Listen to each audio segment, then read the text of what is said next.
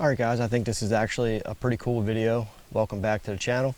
But on my YouTube channel, on the community tab, I posted something to where I wanted you guys to ask me questions, any questions that you may have with anything hunting or whatever, and I was going to answer them for you. Well, today we got the phone, we got the camera rolling, and we're going to scroll through these questions. I'm going to put a little picture of the comment on the screen as well so you guys can see that. But if you see me looking down, I'm just reading the comments. But we'll run through this. So Murphy Outdoors says, hey bro, can I also add a small hang-on deer feeder close to a food plot?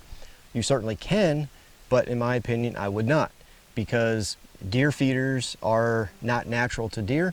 Most times you may not realize it, but a lot of times I believe it spooks the deer. Because the deer, it's just not natural. The noise goes off, and a lot of times you'll see most activity around those feeders at nighttime, especially mature bucks. You'll see them at nighttime. So what I would do is actually take that feeder and move it off of the food plot a little bit, maybe 100 yards, and possibly hunt that back in the woods and leave that food plot alone, because that food plot, believe it or not, it's green growing. It's going to be more palatable, especially certain times of the year. But I would get rid of that feeder, or just set it back into the woods a little bit more off that food plot. Next question is Gavin Smitty says tree stand placement, which it's a long topic, but we'll just cover that a little bit. Tree stand placement obviously boils down to wind direction, travel corridors, bedding to feeding. Me personally, I like to hunt the transition zone between bedding and feeding. Sometimes I do hunt over a green food source, food plot, whatever.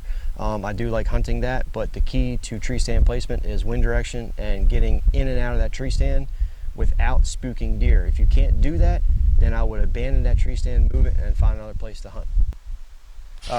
Next question, Ian Richards. Hunting from ground blinds on food plots. I love hunting out of ground blinds. I was actually not a big fan of this until roughly 4 or 5 years ago. I became a bigger fan of hunting out of ground blinds. For some reason, I honestly just never did it until several years ago. But I love hunting out of ground blinds. It's just something, you're like eye to eye with the deer, and it's a pretty cool feeling. But same thing with tree stand placement, ground blind placement. If you're hunting over a food plot, make sure you can sneak in the back side of that. You have a good wind direction, you're not spooking deer. Make sure you can get out of that plot, set back off of it, 15 yards or something, 20 yards.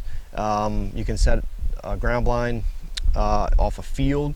Make sure you do brush it in, because they can pick them things out. And my favorite way to brush in a ground blind is if you can cut pine trees branches, cedar branches or something, because they stay green for long. You set them up and you brush that blind in, it'll stay green pretty much the whole season, and you'll blend right in. Next question, Brent Westbrooks, watering hole builds. I've never built a water hole. I've never used one. They're obviously good, people use them. I just don't put them on my property, no particular reason. I just don't use them. And to touch on that a little bit more is, watering holes, obviously deer drink water, but they get majority of their moisture content from green growing plants. Yes, they will drink from a watering hole, obviously, when they're thirsty, when there's not a lot of green brush around, when they're eating, woody browse and things like that. There's no moisture content in it, so they need water. So, but here we have creeks, we have streams that run through. So a watering hole, I just don't use them. Next question, Aaron1113. What have you found to be your biggest key to success throughout the deer season? Biggest key to success would be less pressure. Before I used to hunt, tree stand, the same tree stand over and over and over again. You can only get away with that so many times, and especially with mature deer, you're just going to push them off. You can only get away with it, maybe 1, 2, 3 times, but less pressure. Wind direction. When I was younger, never really paid attention to wind direction, but wind direction is everything. The key to success, is major with wind direction, because if a deer smell you, they're gone. But I have seen it depends on your area as well. If the deer are used to humans smelling that smell, it's not a big deal.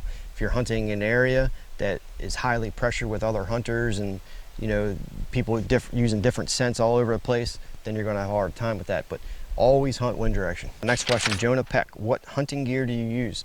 I use, wind indicators. I use some scents from Tingley's. I use a grunt call during the rut. I use obviously my video cameras, the GoPro, the Canon, the JVC. I have several different video cameras that we use for filming. Other than that, I really don't use hunting gear. I don't really rattle a whole lot. People have good success with it, but I just don't carry a set of antlers with me. I've done it before, caught in a few small ones, but with filming, carrying the tripod, the camera, and the backpack, and the camera arm, and everything else, it's just one more thing to carry, and I just don't do it. But yeah. Outdoor J, just purchased 75 acres in the Catskills in New York. What would you plant in a 2-acre food plot with full sun, hilltop, rich soil, pH 6.2, oats, clover, chicory for the fall? White clover came up awesome in the shady food plots. We have all the equipment to get it done, just need some guidance. Outdoor J, you have a 2-acre food plot in New York. Well, if you're planting it, obviously I guess you're asking because you're planting it in the fall. I would do, it's hard to say because I don't know what's around you, but you can't go wrong with winter wheat, oats, clovers, brassicas. You can mix all those together and plant the whole 2-acre food plot. You could actually throw in some winter peas in there as well with brassicas and winter wheat as well. Kind of throw that all in there. But I think the key to food plots is to always have something green and growing for as many months out of the year. And you can do that with winter wheat, with clovers. You can throw in some rye in there. I'm not a huge fan of rye, but you can throw that in there just for the greening effect. But winter peas, brassicas, all that should be pretty good for you. Brian Willie, how to get micronutrients in your soil? I know you use Antler Grow, but it doesn't put them in the soil, just the plant leaves. That's actually false, Brian, because there's 2 ways that you can do this to get micronutrients in the soil. One is they sell a granular fertilizer that has micronutrients in it. It goes by several brands. I think it's like Rainbow Fertilizer. There's another one called Bonanza, I believe, but you can ask your local, feed store or whatever if they sell it. Just ask for a granular fertilizer with the micronutrition package in it. As far as Antler Grow, yes, Antler Grow is 100% micronutrients. You're feeding it to the plants, but you also get that into the soil by green manure, meaning whatever it is that you're spraying in your plot, you till that back in and let it decompose naturally, especially sprayed green and growing plants, because you're going to let that decompose naturally in the soil, and it's going to increase the micronutrients in the soil as well. A big mistake that people make is, they're so scared of a weed or a grass or something in their food plot, and they take chemicals and they kill that all first. And when you do that, you're not letting that plant decompose naturally, so you're actually hurting the soil. So the best way to do that is through granular fertilizer with the micronutrients in it, and also sprayed greens. You just till those back in, let them decompose naturally, and that'll increase the micronutrients in the soil. Steve Porter, hey bud, are you hunting Ohio again? I don't know, probably, but I don't have nothing set in stone yet. I like to. Next question, starting traditions outdoors, 2 brothers. When are we hunting? Laugh out loud. I don't know. Send me a message and maybe we can set it up. Depends what state you're in. Next question. I'm not sure how to word this without confusing everyone.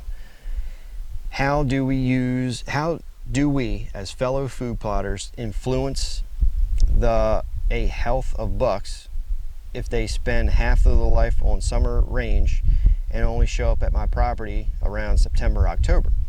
Are we influencing the genetics of a buck with the potential to reach 130 through creating healthy does and the nutrition that a young buck gets the first year of its life? I don't see many mature bucks, if any, on my property until the fall. So should I focus on the health of doe families and believe that it takes a village to raise a buck? Very good question. I can't really answer it. It's a long answer basically, but if the deer or bucks or whatever are not on your property during you said they don't show up to your property until September, October, that's not a bad thing, because they're probably out in the ag fields feeding on soybeans and alfalfa and whatever else is out there. I don't know what you have around you. But for instance, here, there's no agriculture around, so I create the food through hinge cutting, more nutritious browse, through antler grow, food plots, and things like that. Jeez, there's only so much you can do with the area that you have to work with. Deer's health all starts with the doe. If a doe is healthy, her fawn is born, it's already starting off in the right cycle. So a lot of people don't realize that does create the health of a deer, the genetics. And I don't have a way to prove this, but I do believe through nutrition and things like that, through does, that over time you can change the genetics. A lot of people say you can't, but I think that you actually can. I don't have a way to prove it, but a deer's health, ask a deer farmer, it all starts with the doe. If the doe is healthy, fed nutrition, it's going to, her fawns, buck fawns, whatever it is, they're going to just have bigger antlers and things like that. But if the deer aren't feeding on your property, they're probably out in the ag fields, which I don't know what's around you again, but if that's the case, then let them do that. I don't know how big of an area you have or what you're planting, but if you're planting fall plots, then let them feed out there in the summer, and then in the fall, you create that nutritious food source and let them feed there during that time period. Next question from Logan. Have 50 acres with 20 in woods and 30 in crops. In the woods there is a pond as well as a small creek that runs through it. Would it be better to have a stand near the pond or a long creek crossing? Thanks, and thanks for all the content, Logan. So that pond or creek is going to be an attraction. So me personally, I love creek crossings. You can have a stand there. You can also have a stand near the crop as well, if you're allowed to do that. But if you can jump in the middle and have a transition area, because if they're crossing that creek there, you can get them coming out to the crops or ag fields, whatever's, I don't know what's there. But you can also hunt that pond.